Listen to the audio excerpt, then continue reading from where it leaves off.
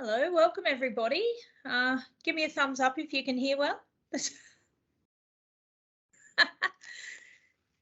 Fantastic. Thank you. Fantastic. Lovely to see everyone along. So I'll just let you know, if you'd like to make a comment or ask a question, just use the chat box at the on your screen there. So just hit on that one and drop that in as text, and we'll be keeping an eye out for those as we move forward. Welcome everyone to today's business update. I'm pretty excited to be presenting this one. It's been a little bit of change recently around here, some new faces around the table, but all in the positive. So we're very much looking forward to moving forward from here. It's quite historic, really, the period we're in at the moment, and we're looking to make the most with that. We've got a committed team, and we're very, very focused on the task ahead. So with that, I'd like to hand over to our GM, Mr. Dean Griggs. Thank you, Mayor Dracoulis. And welcome everyone. I think most of the people, if you're, you can probably all see each other's names, but if you're all in the same room, I'm pretty sure you'd all kind of know each other. So it's a good local group of businesses and individuals, and I think all with an interest in what we're trying to sort of do in terms of business support, which is kind of the focus of the session we've got today. We've got, I'm not sure, there you go, we've got about 26 slides, and we'll just go through them. We've got an hour scheduled in, we may not need all of it, but we just wanted to sort of share with you where we're at and some of the things that we're trying to sort of do in the next few months, which has been based on, you know, feedback from businesses and our own kind of intel and thinking, and we're, I suppose, looking forward to sort of sharing some of it with you. The title is called The Next Step, which is a title I've sort of taken from a document that I actually did internally about the organisation. And I think it's something that we as an organisation, sort of at the administrative level, and we've now got a number of new elected members, it's around taking the next step, I suppose, to support, to listen, to engage, and to probably get ready really for what's coming. We've, you know, everybody would know, as you know, the valley is growing, and we certainly as an organisation need to respond to that growth and be ready to sort of take the next step to basically change and respond to the growing nature of the community. So, but also, you know, not forgetting that we're an incredibly established part of Tasmania and have been around for a very, very long time, and also have to respond to the needs of the people that have been here for a very long time as well. So it's not all about growth, but it is around us sort of, you know, pivoting into a bit of a different realm. We'll tag team as we go along. We're sort of, you know, we've done a little bit of a rehearsal. I wouldn't call it a full dress rehearsal, but we are, you know, we're organised to sort of go through this. So the things that we're going to talk about, just transition that slide. Things like, and as the Mayor has mentioned, you know, we do have a number of new councillors around the table in our elected member group, and, you know, that's really exciting. We've got council elections again in October, but we've got a bit of a head start on that. We've got new people already, and we've, you know, bringing full agendas to council and, you know, still making a whole lot of decisions that are, you know, in the best interest of the community. The strategic plan, we'll talk a little bit about that. The challenging times, and certainly Mayor Dracoulis in her sort of, you know, period in the run-up through the by-election has listened and heard a lot of the challenges that are coming through the business community, and we've responded to them as best we can for now. There's probably more things that we can do, but we'll certainly refine things as we go.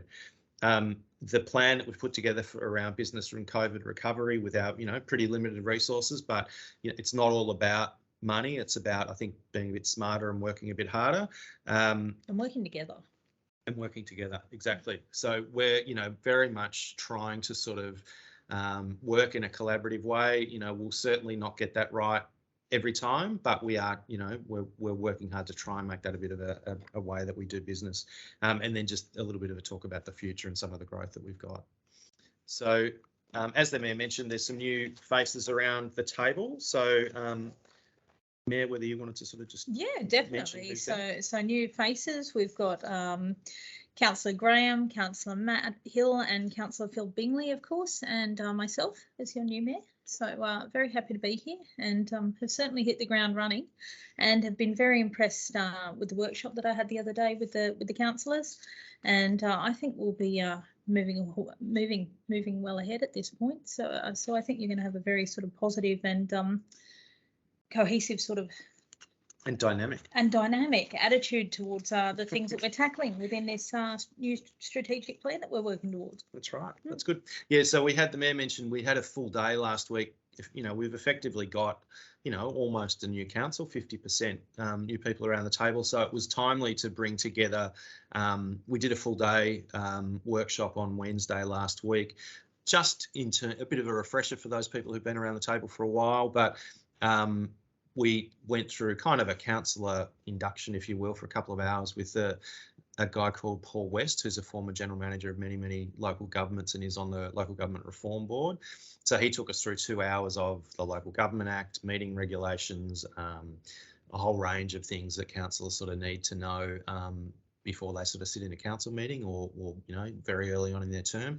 Stuff about the planning authority and the role of local government in town planning and economic development and other things. And then we had Matt Healy, who's the Director of Local Government, come and talk about sort of expectations and the role of the state in monitoring and regulating local government, and a little bit about the reform process that's happening at the moment. So people might be aware, for the next 18 months, councils are going through a reform conversation, I suppose you'd call it, with maybe some changes happening mid to late next year.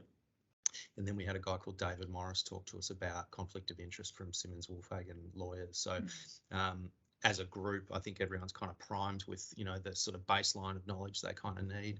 Yeah, it was very, very comprehensive. It was fantastic. And fair bit of work too around sort of conflict of interest in that space. So it was really good in that regard.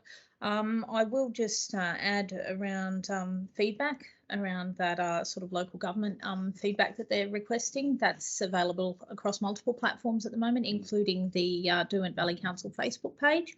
And they are asking that as many people from the community as possible give feedback into that process, so that they know where to move forward to from here in regard to local council. So I think it would be great if as many people as possible could contribute to that conversation. Because it's a sort of a functional review of local government. So it's not about how many councils or where the boundaries should be. It's sort of about what are the functions of local government and what's the structure that follows that. And I think more and more, back to the topic of the day, we're getting, very much involved in economic development. Many councils do that, obviously, but I think, what else is there that councils should be contributing to that you think that we maybe should need to do more of? So it'd be really good if you could have your say in that. It'd be fantastic. And then I'll just, in terms of the mayors last week, then I think you spent a day with every mayor in the state. I did. It was fantastic. Even the ones from the far-flung regions. I learnt a great deal, and it's interesting. There's a lot of what we see as quite individual issues here that have been tackled in other ways elsewhere. So it was fantastic, and they're a really good group as well. They all reached out and have offered me their contacts. So we're developing relationships with all of those different regions as well. So it was huge day of growth. That was a big week. It was fantastic though. Yeah. Good. Now, the strategic plan, this is just, I suppose, a bit of a reminder for those. I mean, a lot of people, I certainly wasn't around at the time, but many of the people on the conversation today would have contributed, no doubt, to the strategic plan that was adopted in 2018 by Council and was pretty much the sort of job description given to me when I started, and here's what we need to deliver, and please calibrate the organisation to match the strategic plan, and many of the actions that we've delivered in the last 18 months or so have emanated from that plan and continue to be. And, in terms of the split between elected members and officers, it's, elected members oversee the strategic nature of that and hold me to account if it's not delivered. And then I've structured the organisation in a way that I think responds to that. So, so we'll keep an eye on that. That's right. Exactly. But I do think, one of the things, there's a lot of actions in there over a 10-year period. It was done obviously pre-COVID, so it probably needs a bit of a look by the next council, I suspect. I mean, we might do some sort of report card for the current council before they finish up at the end of this year. But you know, given it is out to 2030, we probably need to think through whether some of the actions are relevant. We've actually been through already. We've got a massive whiteboard upstairs where we've written and checked all the things we've delivered on, and what we might need to sort of re-look at that's either a bit of a vague action or maybe needs some more KPIs or perhaps isn't relevant given we're in a post or current sort of pandemic world. And you'll see there, I'm not sure. Yeah, actually, I'll move to the next slide. So just around how we deliver on the plan, and as I said, we've got a strong focus on it. But the organisation, so we've recently, many of you might have known Ian Hart, who was in the role of Executive Manager, Corporate and Economic Development and Community, Community and Economic Development.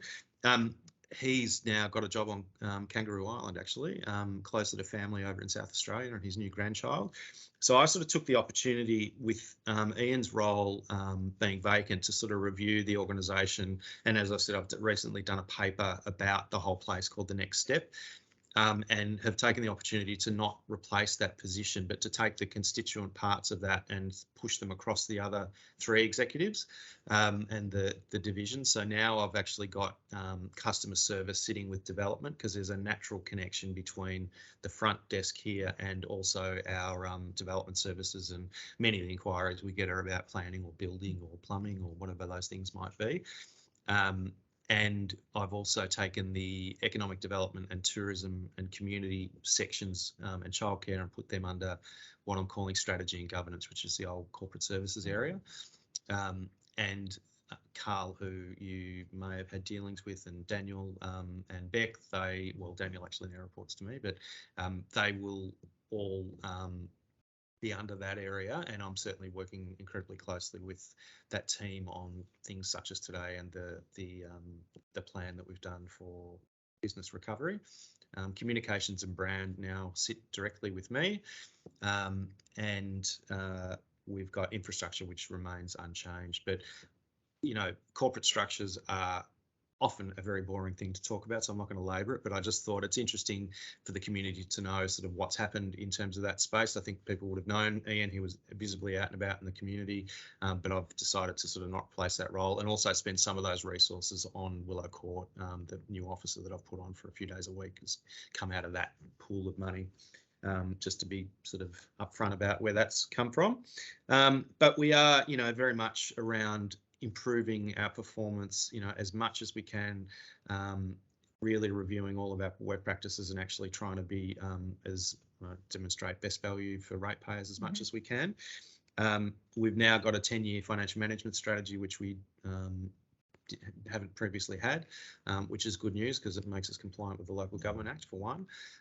But that is very much becoming our Bible about how we actually plan for the future. I mean, we've got with our finances, we do have a deficit. We're in a structural deficit of 1.1 million, which is sitting higher than that this year for various reasons that have happened throughout the financial year.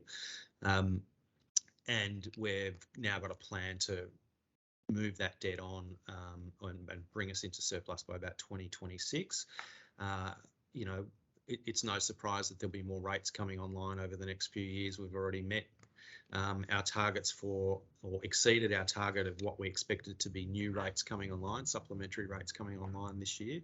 So, you know, we're trending okay in terms of finances over a decade, but there's still some really short-term challenges that we've got. Our cash position is okay at the moment, but we're, you know, monitoring our finances on a daily basis, essentially, and all of the new business package we've brought to bear in the last council meeting that we're talking about today, we've managed to sort of find money through savings in other areas, and that's things that we'll continue to sort of look for and try and be as efficient as we can to meet all the needs of the sort of growing community.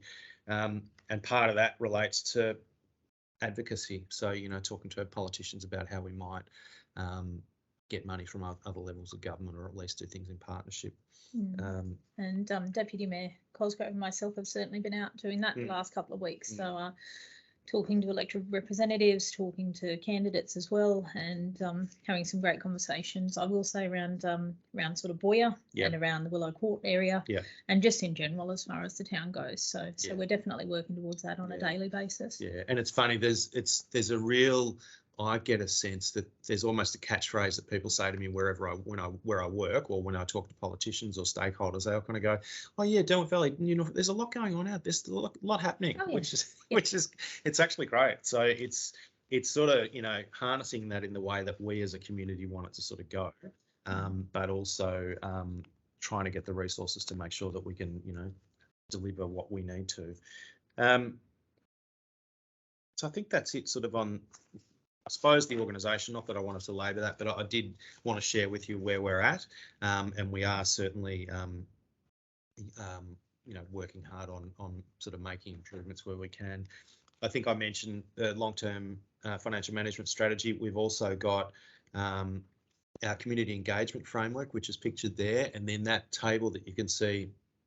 It's a little bit covered up, but it includes the principles from IAP2, which is the International Association of Public Participation. And I've actually said in a few presentations lately that, we've got a long road to go, I think, around us understanding and, sharpening our tools with doing community engagement. But I know the community is watching and has obviously read it, because we're now being held to account for that. So, council meetings or wherever it may be, we get pulled up if we're not following that. So I'm certainly starting to use it in my own language when we're starting to do new projects. It's like, well, how are we engaging? What part of that spectrum are we on? Are we informing? Are we consulting? Are we just engage? Are we engaging? Are we empowering?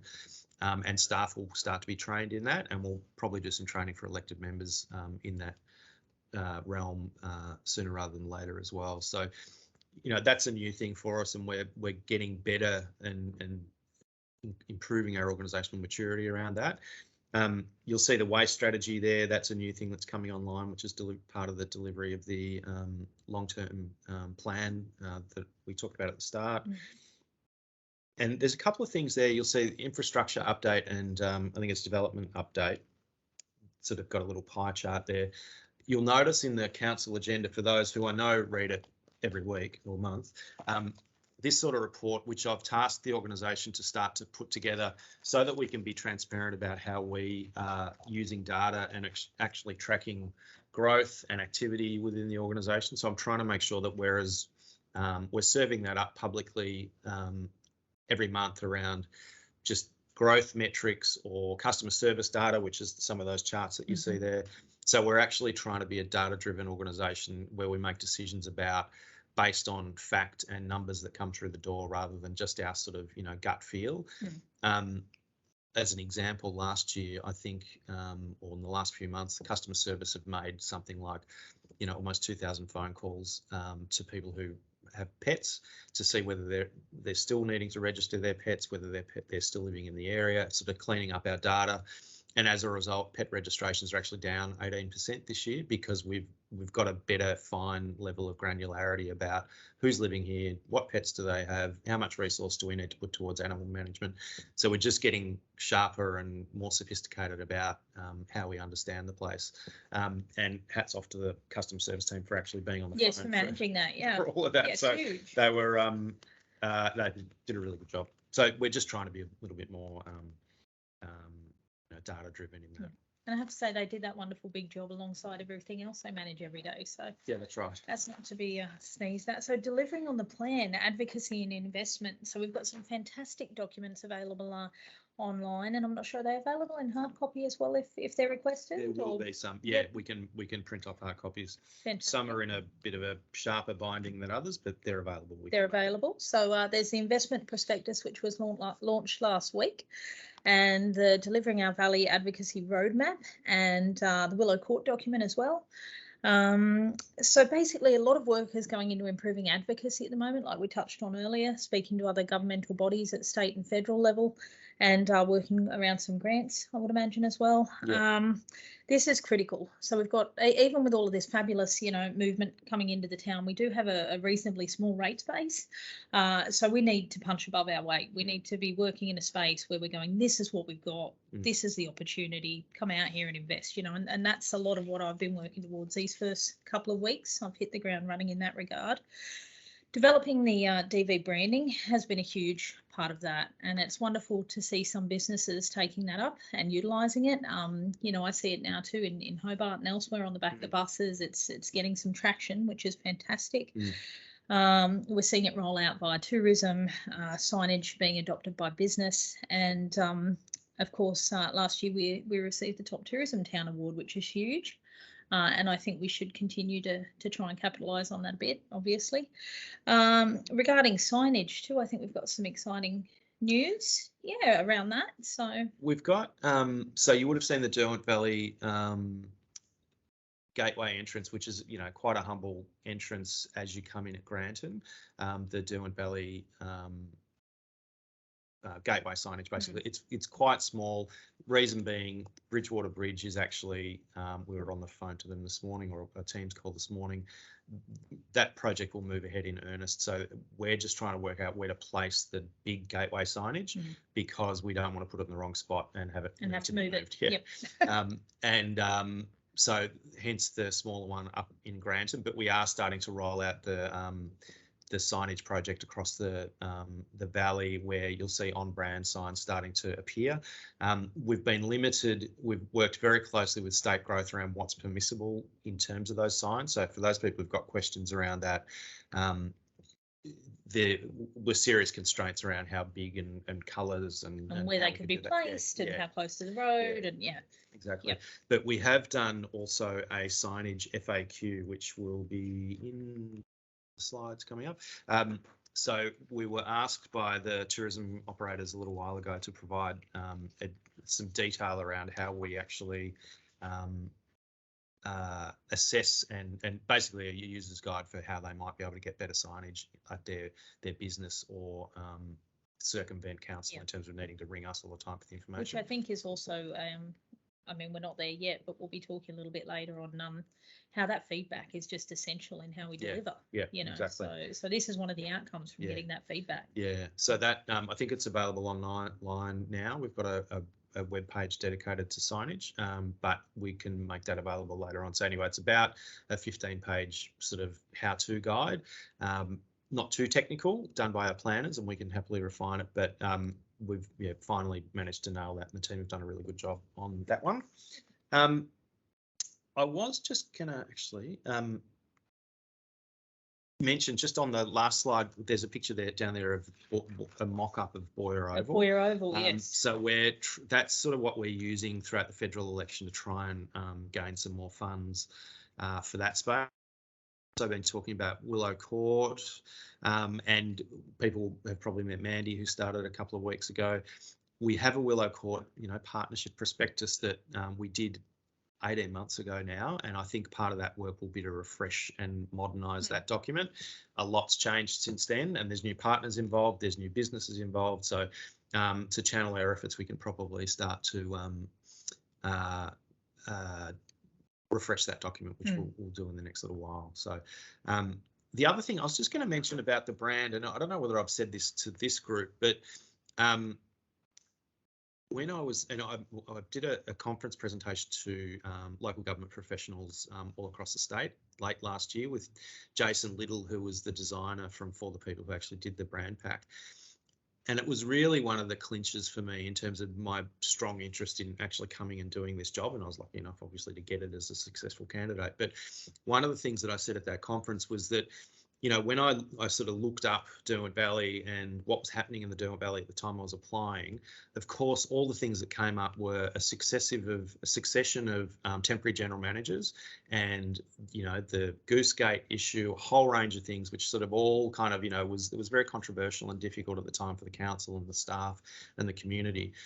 But in the March 2020, I think it was, agenda, so I was reading a lot of the agendas, I was listening to a lot of the council meetings online, to see where people were at. And, right at the back of one of the agendas was the brand pack that had been endorsed by council. This was about April, I was looking, and it was March.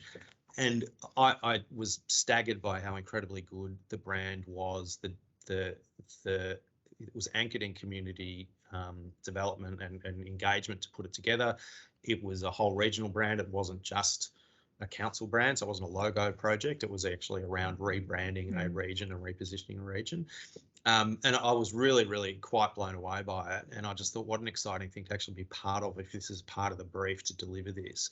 And I mean, you've seen it sort of roll out over the last little while, but, you know, it is an incredibly strong story about Derwent Valley. And I think we're all part of sort of telling it across, you know, all of our friends and our families and across Tasmania and nationally.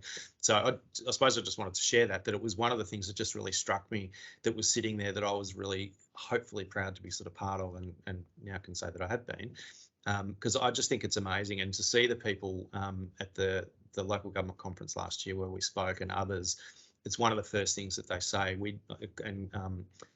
Clara was part of the presentation recently to the Regional Development Australia, and certainly the Tasmanian branch. They were certainly impressed with the strength of the brand and haven't seen anything like that across other local governments. So, you know, we're really lucky collectively to be part of that.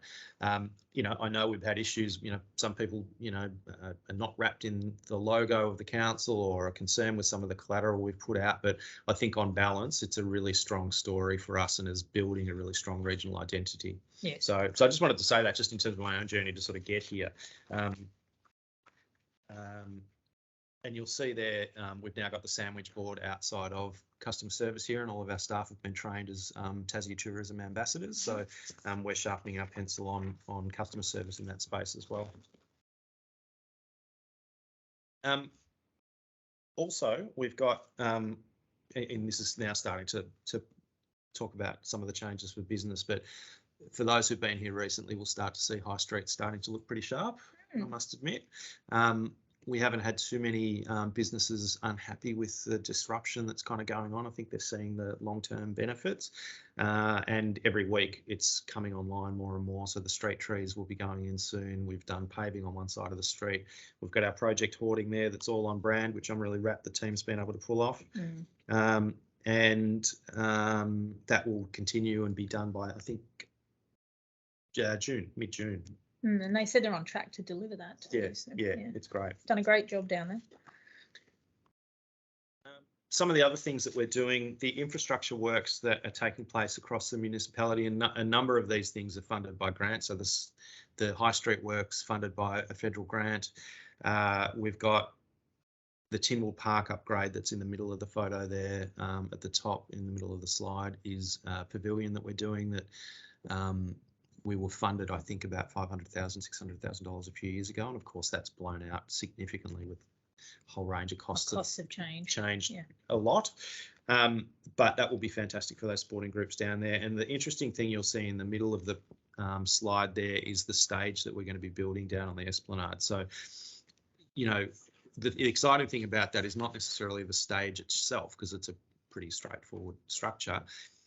But a stage is sort of nothing without an event strategy behind it and a way of activating and actually engaging with people to come and actually use that. So I think that's one of the things I'm looking forward to over the next, you know, 1 to 2 years, is actually bringing that online as part of an events framework that we're putting together at the moment, so we can actually start to use that as a regional destination, and as well as for local schools, families, whoever it might be. So schools, Derwent Valley players, all the other stakeholders. Exactly. Work out what else we've got there, and of course and Westaway toilets. So, you know, it's not all about New Norfolk. So we've finally got some toilets up there, and you know, we need to consider those further out parts of the valley as well. Absolutely. So this is sort of starting to move into, you know, what we've heard and how we're responding around business. And I know the Mayor's certainly heard a lot in the time she was out, you know, as a candidate. Yeah, definitely. And you know, prior to as well.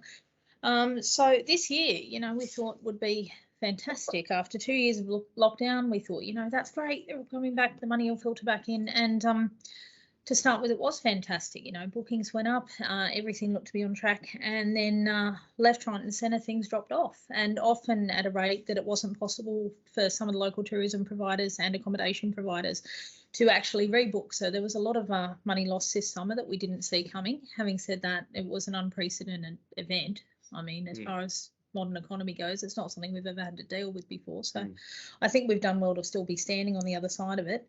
But there's definitely a lot of pain around that, and we're still feeling feeling the fallout from that. So definitely, as far as council goes, we've been listening and working towards how we can help best, and definitely some answers have come out of that. So happy to. Yeah. And we reached out to businesses. I think it was back in early January. And exactly through some of the stories I'd sort of heard anecdotally from businesses. I mean, we had the borders open on the 15th of December, and I know there was, it was a bittersweet thing of, certainly, visitors coming to the state, but we knew that, COVID would be here and that there would be cases. And I know a number of people have actually experienced the pandemic from a very personal point of view, and it's hit businesses' bottom line. So we called out to businesses early Jan and just sort of said, look, we know it's been difficult. Can you please let us know, any of your thoughts, ideas, where we might be able to assist as a local government and actually, potentially work with you to sort of try and make a difference. So we did that, and we've now put together a 12-month plan to try and sort of assist where possible, and that plan sort of includes a whole, basically the whole organisation. We're sort of trying to, take a whole of organisation approach to supporting businesses where possible. As I said, we've got the new work done by the planners through the FAQ for signage, and that'll certainly be, we'll try and do more and more of that in that more regulatory space, so we can try and reduce red tape where possible. Yes. We probably don't have some processes that we perhaps should, in terms of enabling, outdoor dining in the way that it could be probably more taken up by businesses, but we're getting there. We're trying to see where we can assist. And more comes in via feedback too, of course. That's right. Things that we hear back from you guys are things that we can act on. So yeah, exactly. So please keep that coming. So we've sort of boiled this down to four key sort of initiatives. The first one being basically improving communications and understanding need. We've, as I said, communications and brand now sits with me through the recent changes. And Daniel and I are sort of working, very closely on the weekly rhythm of our communications, and we obviously have a new mayor and some new councillors, so we'll probably do things a little bit differently around how we push things out to business. But we're going to have it. We've got a new section on the website for businesses. We've got the FAQ guide, as I've sort of mentioned a couple of times, and we'll try and do, if there's other guides you think that we could do, please let us know, because we're very, that didn't really cost us anything except time, which is precious, but certainly we haven't gone out and used a consultant or spent a whole lot of money on design. We've just done that in-house. This webinar, please let us know whether you think it's useful and whether there's other topics that we could tackle, or whether there's other ways that we can engage. This will sit on the website for a little while, so we can see if anyone else is interested in watching. We've got our new online engagement platform coming online soon, so you'll be able to engage much more directly and live real time with council. An e-newsletter that will go out I think quarterly, and we'll be setting up, subject to council's endorsement this week, it's going to council tomorrow night, but a new governance framework which suggests an economic development and tourism advisory body. So we'll have a more formal process around people sitting around the table with expertise, giving us advice about where we need to sort of land, not only in the next couple of years, but helping us deliver a new long-term plan after 2030, so like a 2035 sort of vision document.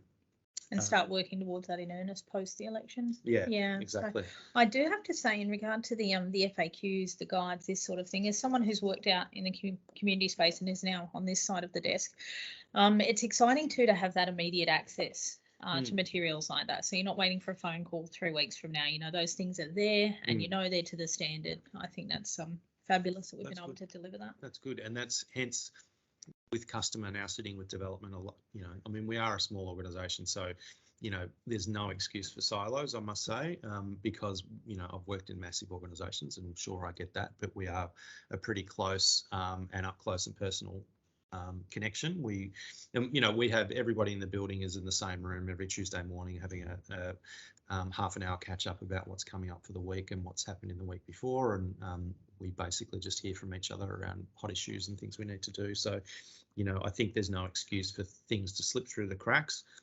They do, and we'll try and fix that. But we do work closely, and we need to listen and be more accessible where we can be.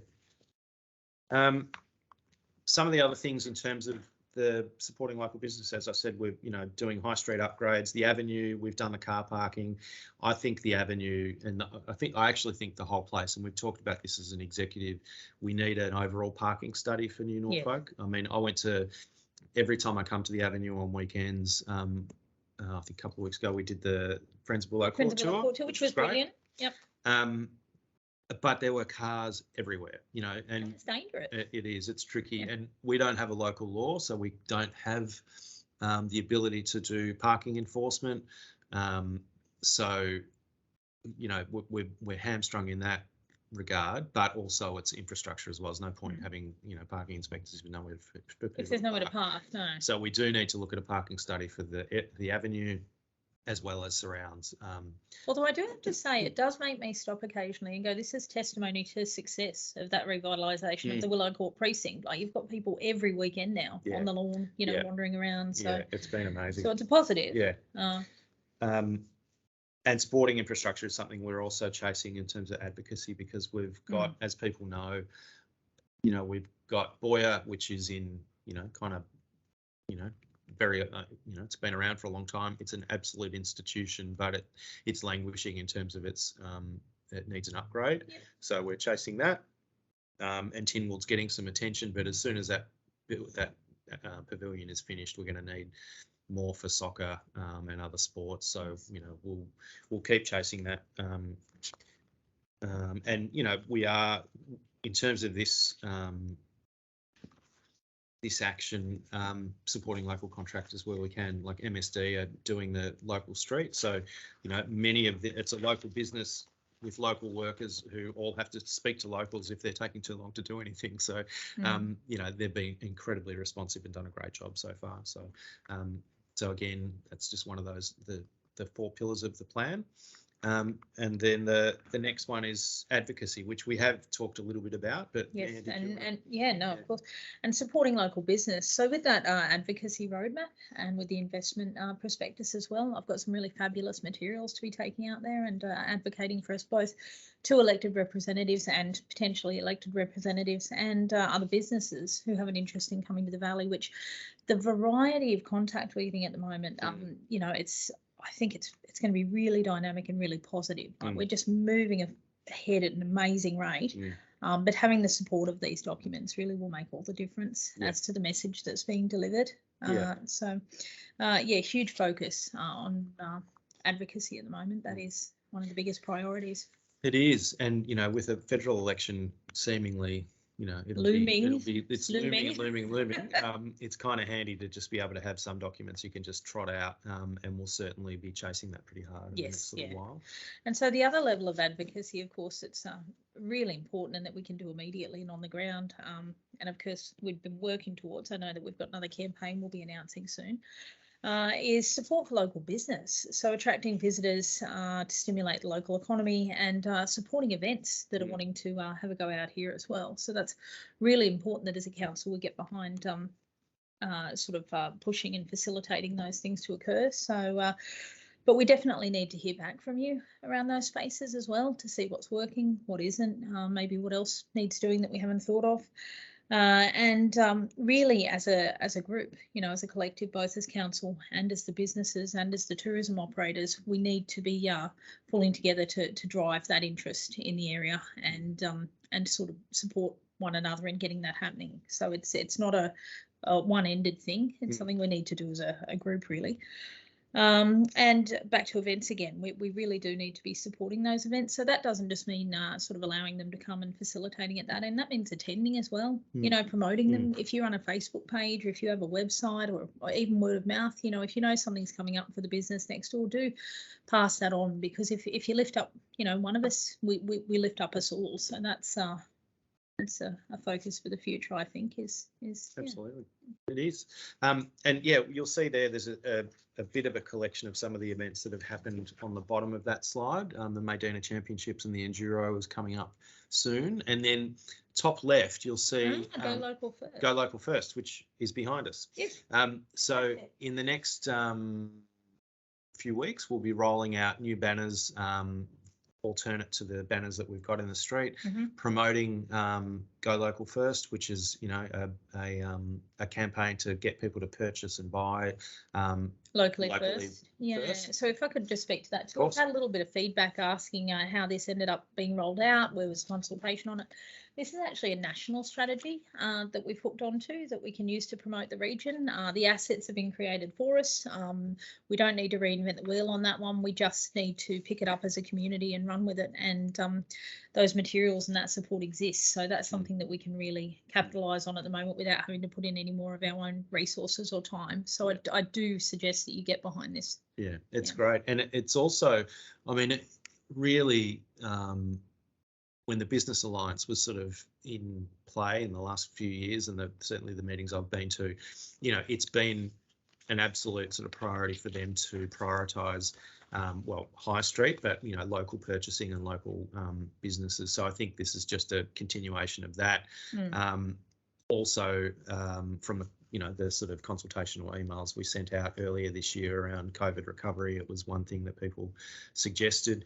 We are also going to try and do some sort of winter campaign this year. We're just not quite sure how that might play. We'll try and do that with a bit of co-design with some locals, local businesses, but there's already been some suggestions come through the consultation earlier this year. I think it's a great idea. We just need to work through, as we're getting closer to winter, how that might look with maybe a stronger campaign next year. But I think, you know, we can certainly do a little bit together this winter as it approaches. Yes. And you'll see in the middle there's a Derwent Valley tourism guide. We've had the sort of cherry red version as the first version. We're starting to edit that, and we've actually got a few heads around the table who are helping us from business to sort of edit and change some of that. We had obviously some feedback initially when that was done, but we'll do another version of that and disseminate it in the same way.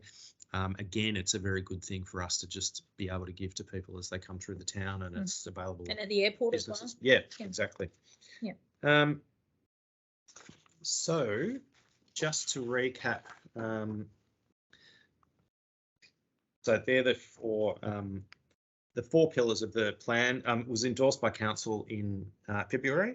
We'll put a progress report to council in June, or maybe just on the website. I'm not sure if that's going to go to council or not, but certainly make that available. They're rolling out from now. We've got the webinar Go Local early next month, so that's in another week's time. And, you know, essentially we've got to start to listen, you know, continue to listen, engage, and most importantly, sort of respond to businesses to make sure that we're getting it right. You know, it's not going to be perfect, but, you know, we are working really hard to try and, I suppose, take the next step in that direction. And feedback's essential in that process. You know, the only way we can know how we're doing is if you let us know. So please do. That's right. So then, in terms of just to sort of round things out, just the future of, you know, basically we've got a whole lot of development that's coming through. I mean, this is, you know, part of the sort of visual management we're starting to use here around understanding data and trends. So Daniel, who's head of development, and his team have put together these charts that go to council each month. But you can see there, the top right speaks to building approvals, which is, you know, you've got your planning applications, which is one thing, but once people get their building approval and start putting, you know, digging holes in the ground and putting structures up, that's the real certainty around the growth in the valley. And you can see there, it's, you know, on last year we're up around 300%. It's starting to trail off in the last quarter of the financial year. The figures for this month are not quite as high, but again, it shows the trends that we've got, and it going through the municipality, which is incredibly exciting and really one of the key metrics around how we just need to be ahead of the game in terms of how we not only manage that growth, but respond to all those people that are starting to move and live and work and play here. Speaking of those people, it's interesting, but apparently a great many of them are Tasmanian from Hobart Yeah. or local. So local young people buying their first homes, sort of people that live out on farms moving into town into smaller accommodation, and people moving out from Hobart who are happy to commute. So it's definitely a change to the mix in the valley. Yeah. But yeah, a lot of it's still very Tasmanian, so that's good. That's good. That's good. And then just this is, I think, our final slide. Second last. You'll see there that's the avenue. I think one of the creatives from the Corumbean development, top left, and then the left hand side. The middle is the mills. So they've got many stages still to go with their not only housing but the retirement accommodation, their hotel. They've also got, I think, chalets further up the hill they're looking at, and that's really moving along. You'll also see later this week they're starting to look for tenants for the old Derwent Valley Resort. Yes. And the back of that in terms of as an education facility. And you'll see there Rodney's amazing garden. That's beautiful. For the granary kitchen, which is just phenomenal. So, that whole sort of that part of New Norfolk is really going to be exponentially growing. So it's very exciting. It is. Exciting. And of course, I think the mayor met with the new owners of the Ladies' Cottage and Nurses' Quarters a couple of weeks ago. Yes, and fantastic energy and some huge plans as well. Mostly sort of in a tourism hospitality area there, maybe a little bit of accommodation, but they're really excited. They're really excited about working with the fabric of the site and recognising the history of site as well, which is fantastic. So that sort of respectful development is definitely something we want to encourage. That's great. So last slide. We've got our Business and Tourism Forum on the 12th of April. So that's coming up and you can get that on our website, free to attend. We just wanted to make sure people register. The Go Local First campaign is launching in April. And then there'll be a EOI for participating in that, so we can actually get businesses included in being part of those promotions. And then the other potential opportunities to engage, we've got, as I said, the new engagement platform in April, the event strategy development, which I think is really exciting around not only where does council place itself in events, but what events do we want to see move and be attracted here, yes. Set up here. I mean, I think we've got some phenomenal venues. Check out the front page of the Derwent Valley Gazette in terms of one of the events that's seeking council support this week. So I think, it's going to be an interesting time ahead as people start to see us as, an absolute destination for events and activities. People are hearing about us and they're coming here. Yeah. They're like, this is amazing. The Derwent Valley. It's That's good. And then we've got upcoming business survey for people to participate in, and then the review of the strategic plan sort of towards the end of this year. So, and so that the review of the strategic plan, that'll be informed by the advocacy bodies that we're looking at implementing, won't it? So, yeah, exactly. So I suppose the message is, we're getting ready to sort of, I suppose, or are taking that next step around how we engage, how we do business. So keep talking to us, please, and giving us your feedback. Get involved where you want to. And from my point of view, it's actually great knowing there's so many engaged businesses out there, and we'll just get a bit more, sophisticated about how we reach out and how we talk, and also in a very basic way. I think most people have got my number, so just ring or email if you like. Mia, did you want to have anything to say as a final closing? I just wanted to thank you for signing in or for watching this if you're watching it later. And any of the points that we've touched on, we're more than happy to speak to. A lot of your answers can be found now though around the website, because we do have those documents available. And I suppose the only other thing I'd ask is if we have any questions coming in. I just saw one in the chat, and I'll just see technically whether I can actually. So there's one from Rachel. There we go. I'll read that out and you can answer it.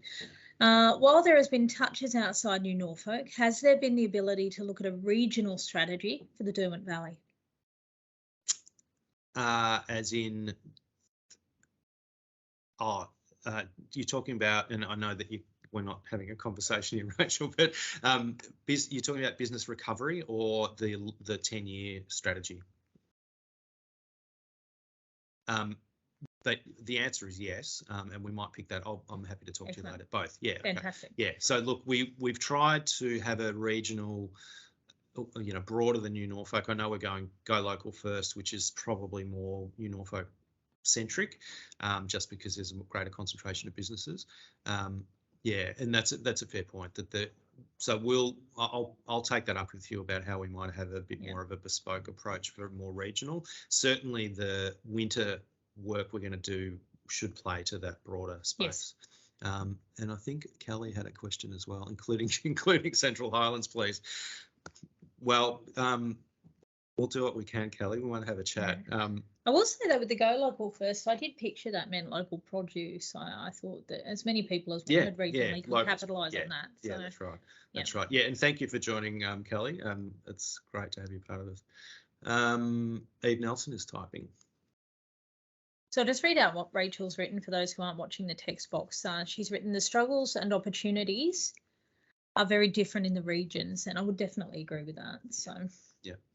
And Eve's asked, is there an opportunity for training and upskilling locals for businesses to employ? Oh, interesting. Good question. I might come back to you on that. Yeah. I know I'm actually, so tomorrow I'm on a call with a whole range of people involved in the Bridgewater Bridge project for 3 hours to look at how that project might actually start to connect in with at the social and employment side of things. And in terms of, we do have this, of course, Journey to Jobs and also the Regional Workforce Development Project with 3 other councils and the Brighton Jobs Hub.